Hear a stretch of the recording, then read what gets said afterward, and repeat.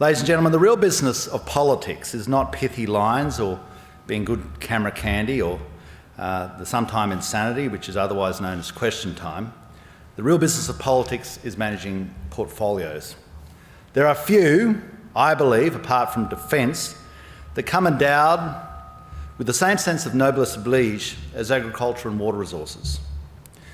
Your purpose is to feed and clothe people, and to make certain that those who perform this task are fairly remunerated, always striving for a better return at the farm gate. No matter where you add food to the global stockpile, somebody somewhere avoids starvation. Because of it, somebody somewhere stays warm because of the endeavours of a farmer. The roles of other portfolios are vital, but few get the joy of standing in a paddock and seeing the wealth that comes from the vast renewable resource, which is agriculture.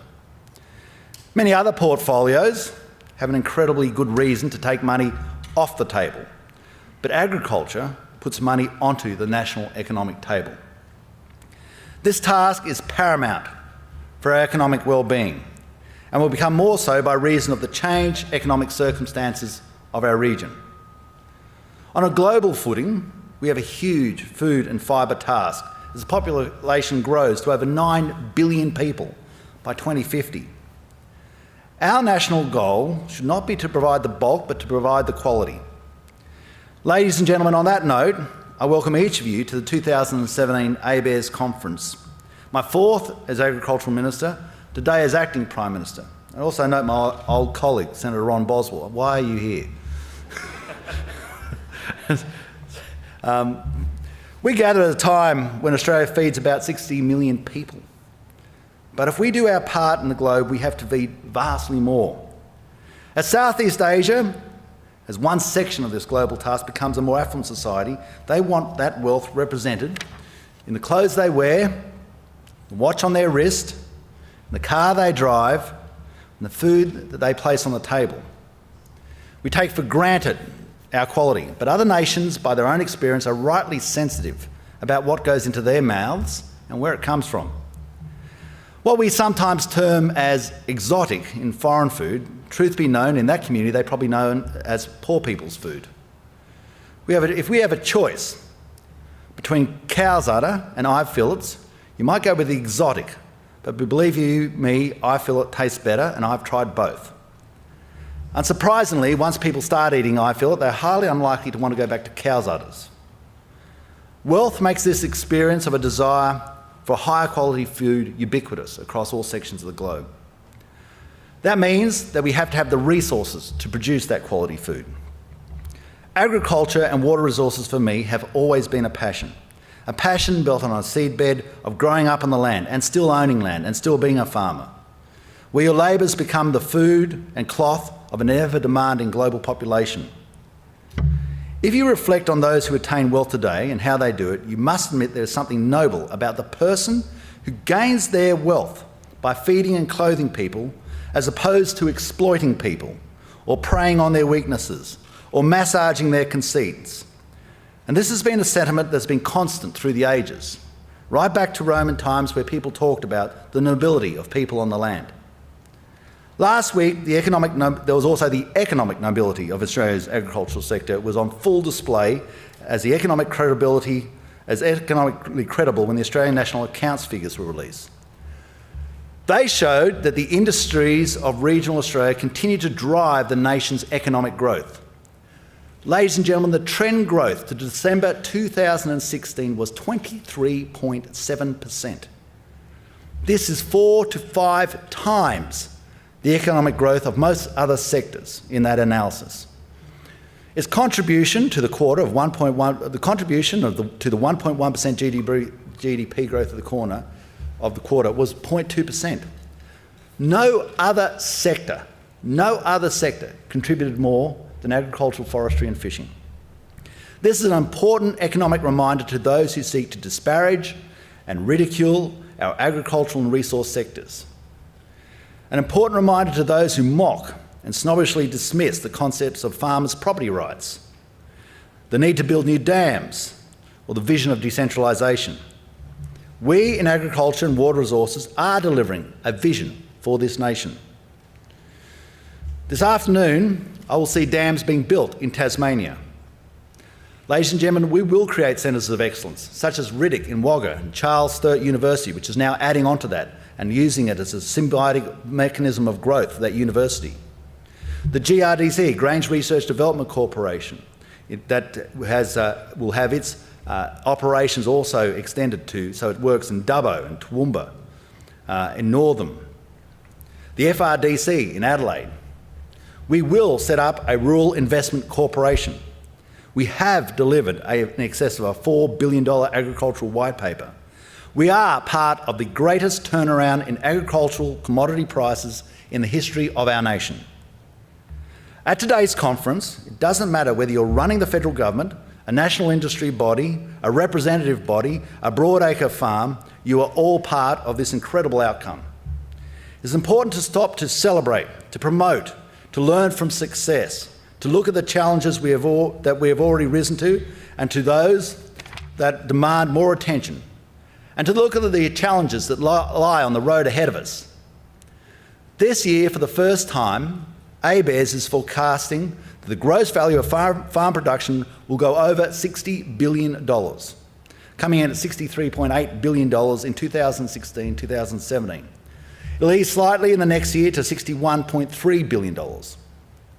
The real value of agricultural production increased over 3 years to 2015-16 at an average rate of 4.5%.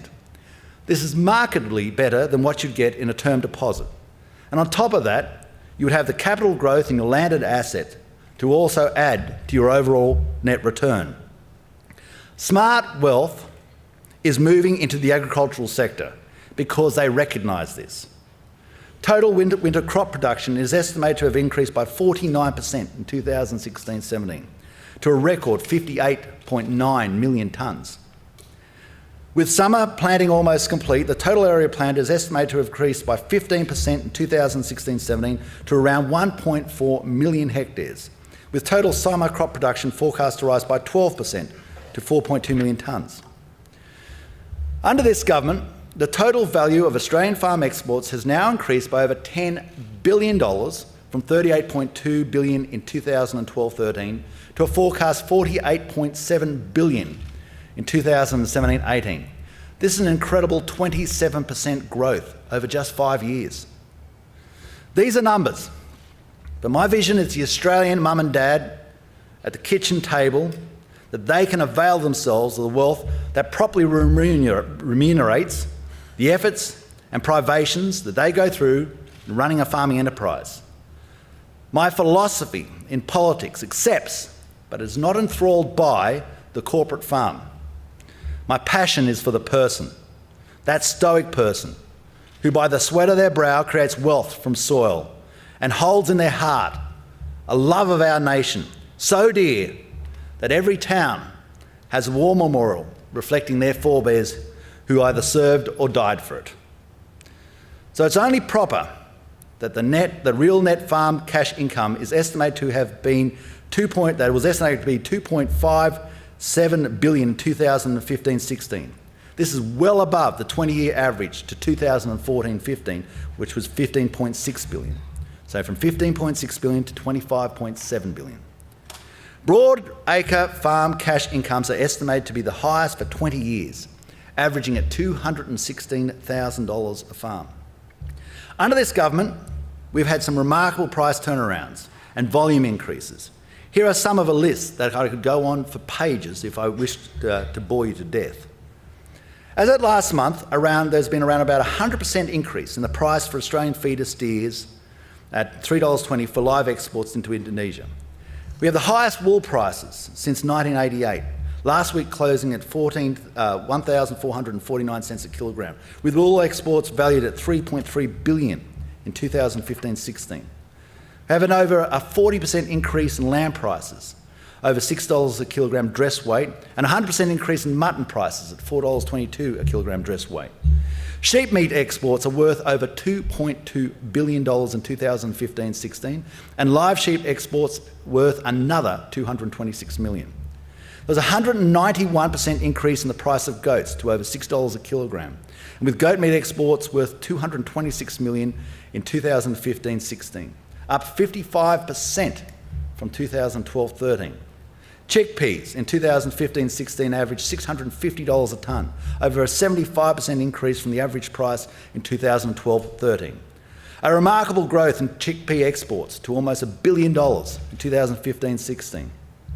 Sugar is up to just under 20 cents a pound, or around $550 a tonne, a 33% increase since 2013. Australian farming is booming, and we've had banks that have told us of record payoff of farm debt. And this is before we talk about the turnaround in wine exports, almond exports, tropical fruit exports. Even where there has been a downturn in an industry such as the dairy industry, prices are now stepping back up. As I predicted in the past, and was ridiculed for it, I said that there would be a protein deficit and prices of cattle and protein lines would go up. I'll make another bold prediction. I predict in the future we will have a fats deficit in the fats market, and we will be searching for global dairy product. I refer to the golden age for agriculture, but in doing so, I'm very conscious there are exceptions in some sectors, and we had an anomaly in the dairy industry, but that is now being dealt with. Dairy farmers are saying to me now that they're actually going to have to pay tax because the price of water and the price of grain and the step up in price for dairy product, that they're going back into a taxable position. The UN Food and Agriculture Organization has forecast significant growth in global food and fibre demand, requiring a 70% increase in food production alone by 2050 compared to average 2007 levels. That's not including fibre production. For example, growth will include grain demands of 3 billion tonnes per annum, up by 1 billion tonnes from current levels. Meat demand of 470 million tonnes per annum, up from 200 million tonnes from current levels. In China, the real value of food consumption is projected to more than double between 2009 and 2050. Most of this increase will originate from urban, high-income households, giving their rapid shift to more Western lifestyles, to a more affluent position, and the transition of people from a rural circumstance into urban jobs. In India, where the value of food consumption is projected to more than double over the same period, diets will be categorised by increasing diversity, higher intake of vegetables, vegetables of quality, fruit of quality, dairy products, and vegetable protein will be at a premium for this market. And the real value of food consumption in Indonesia is projected between 2009 to 2050 to increase by more than 4-fold. That is why it is apt for the portfolio of agriculture and water resources at this ABARES conference today to reside with the acting Prime Minister. This is not parochial, this is logic. And it is disappointing, to be frank, that there is a total lack of attention at times in this political discussion. A total lack of attention in favour of other issues which make us neither richer nor poorer. We have got to get off the political glossy pages and to more substantial debates that will actually determine our nation's future. And water and agriculture most definitely fit this bill. Since coming to office in September 2013, the coalition government has concluded the Korea Free Trade Agreement, which has already triggered 4 tariff cuts in a row and seen agricultural exports to Korea increase by another $1 billion to a total of $3.2 billion. The coalition government has also concluded the Japan-Australia Economic Partnership Agreement, which came to effect in January 2015. We have already benefited from 3 tariff cuts into a market worth close to $5 billion for Australia, with the next tariff cut due to take effect in April.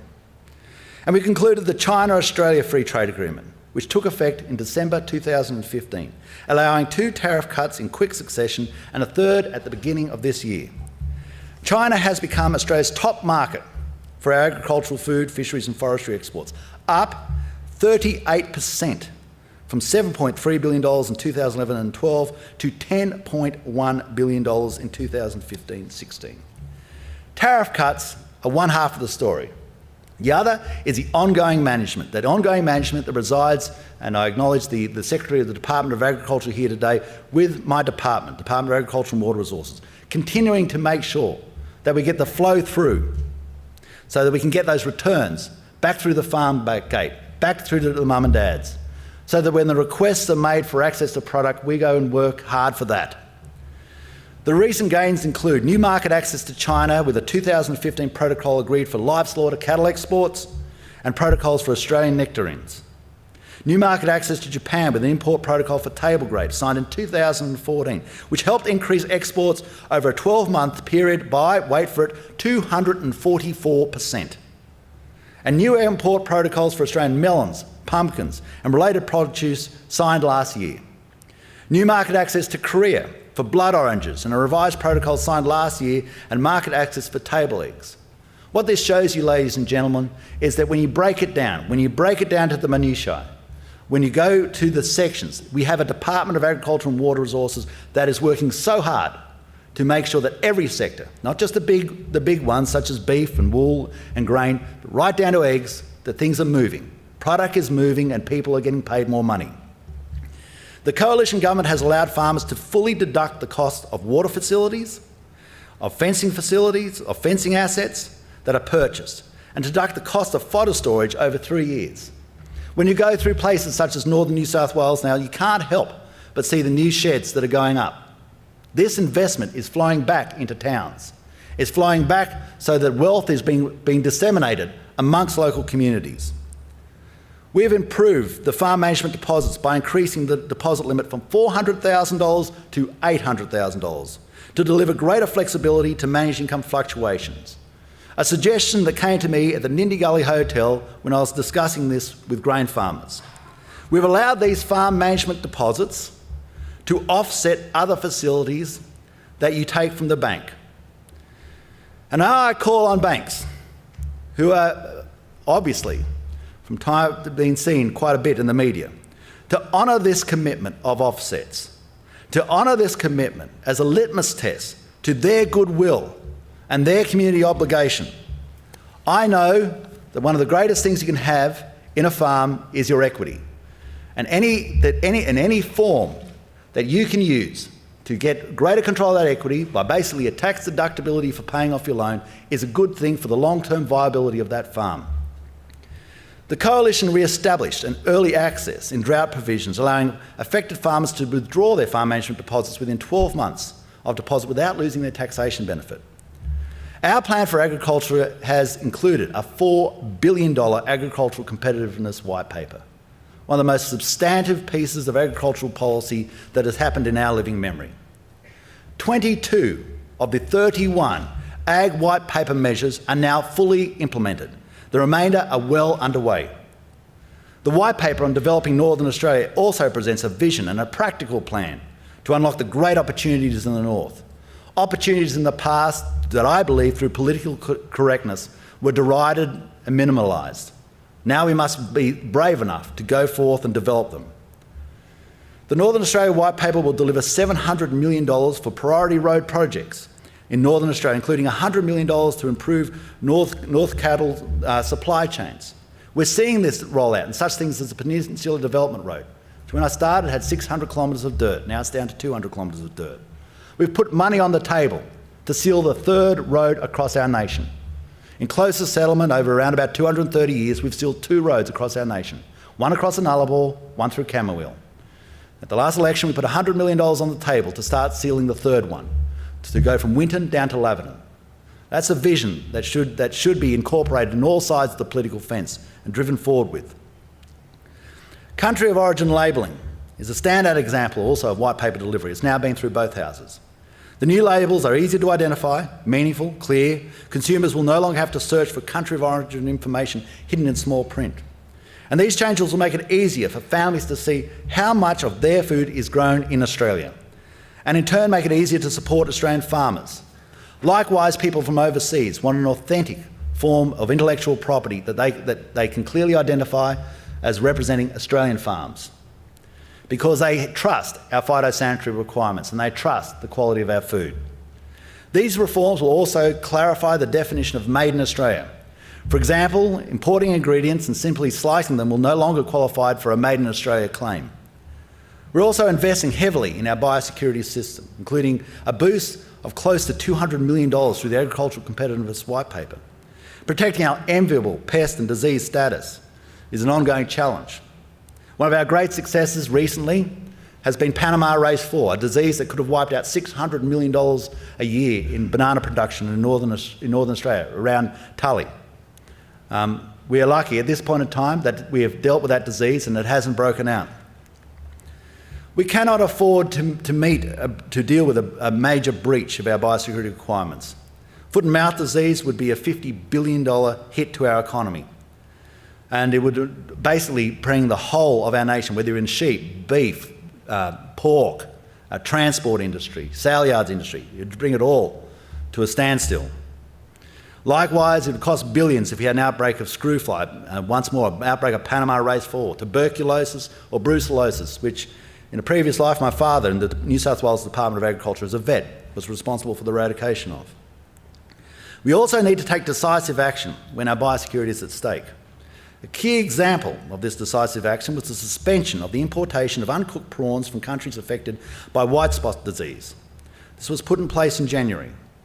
When we heard about it on the 5th of January at 7:30, by 2:30 in that afternoon the meetings were being held. The next day, the importation of green prawns was suspended.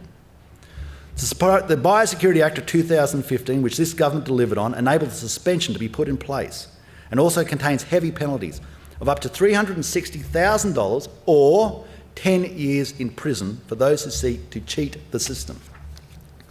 Water infrastructure continues to be a priority in the White Paper and in the role of our department.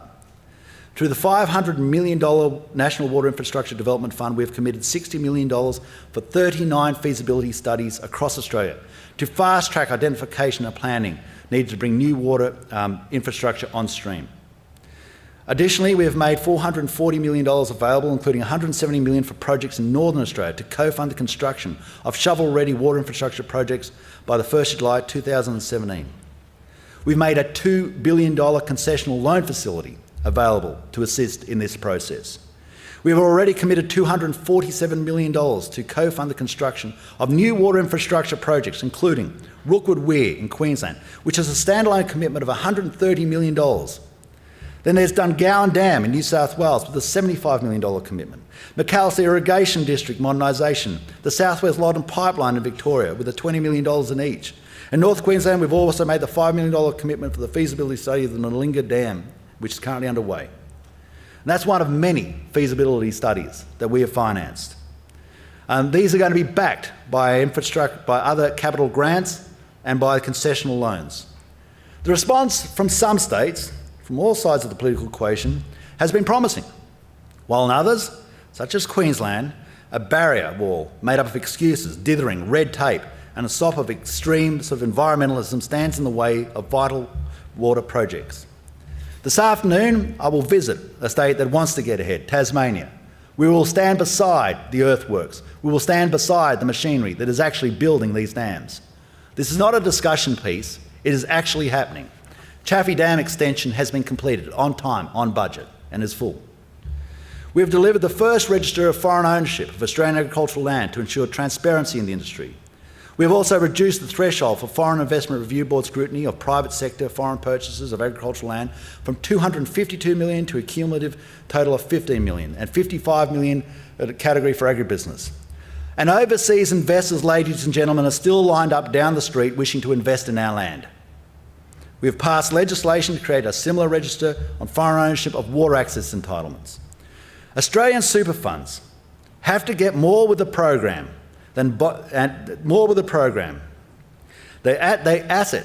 assets that are returning are right in front of their face. And it's surprising when pension funds from overseas can see the benefit, but our own asset managers from our own nation, with their own domestic knowledge, do not see them to the same extent.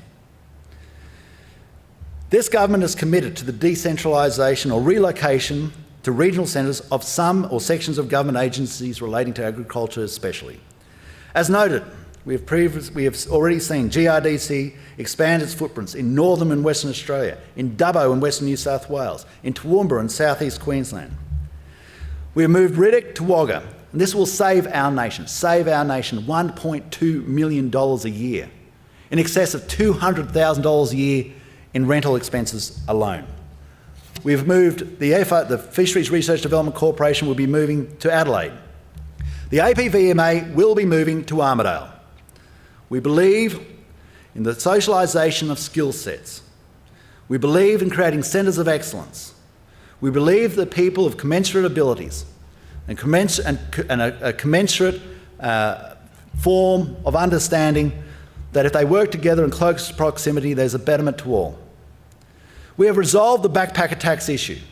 We are dealing with issues as they confront us. We've delivered on the Biosecurity Act, one of the biggest pieces of legislation, or the biggest pieces of legislation this Parliament's seen. We have brought about improvements. We will now bring about improvements in the agricultural export legislation, reducing a complex web of over 21 acts and 40 other laws down to something more coherent. We have ruled out a sugar tax, and we have stopped the forced sale of farmland in central Queensland against an owner's wishes to the Australian Defence Force. We are currently dealing with the Wilmar QSL issue, making sure that farmers are fairly dealt with and not held to ransom by a monopoly. At a government level, we have managed both the macro and the micro, and the results are there for all to see. It is a huge success. In the year ahead, we will construct the Regional Investment Corporation, which will act as a single agency for up to $4 billion in farm concessional loans, national water infrastructure loans, and other facilities as required from time to time by Cabinet. We'll continue to support farms in crisis so they can be the beneficiaries of the more buoyant times that lie ahead of them. And we have done this through farm household allowance and through concessional loans and through other assistance packages. We have built the dog fences, which other people at the start thought was some parochial and some form of sideline issue. We have now thousands of kilometres of dog fences in place, bringing sheep back into the Western districts, bringing real wealth back into the Western districts of Queensland. These are things you can go out and touch, you can see. It actually is happening. And people in remote towns such as Cunnamulla say that their government has made a difference, that their life is different, that wealth is coming back to their towns. We'll continue to manage the day-to-day requirements of free trade agreements to move product at a better price, meaning a better return through the farm gate for our farmers. As an accountant, ladies and gentlemen, and a banker in the rural sector for a number of years, about 20, I was fascinated by two groups of people, those who became exceptionally wealthy and those who went broke.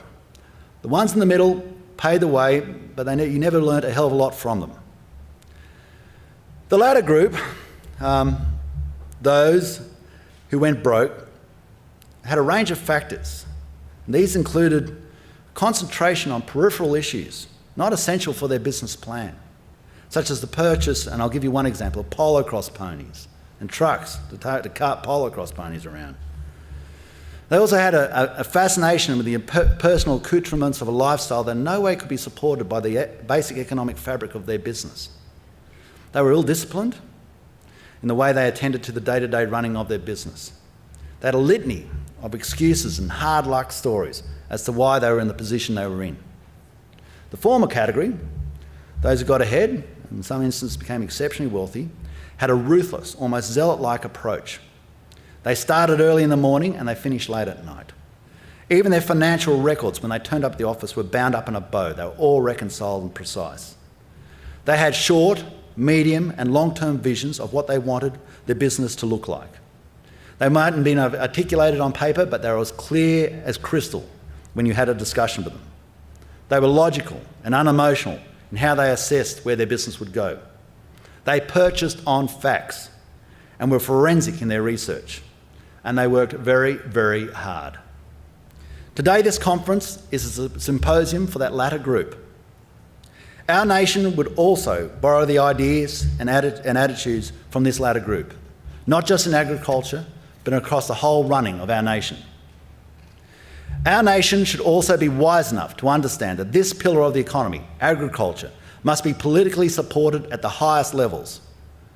Our nation should be proud that their presence in the global economy is fundamentally underpinned by the noble pursuit of feeding and clothing people. And those families that do it must therefore be a breed of the most noble people in humanity. Thank you.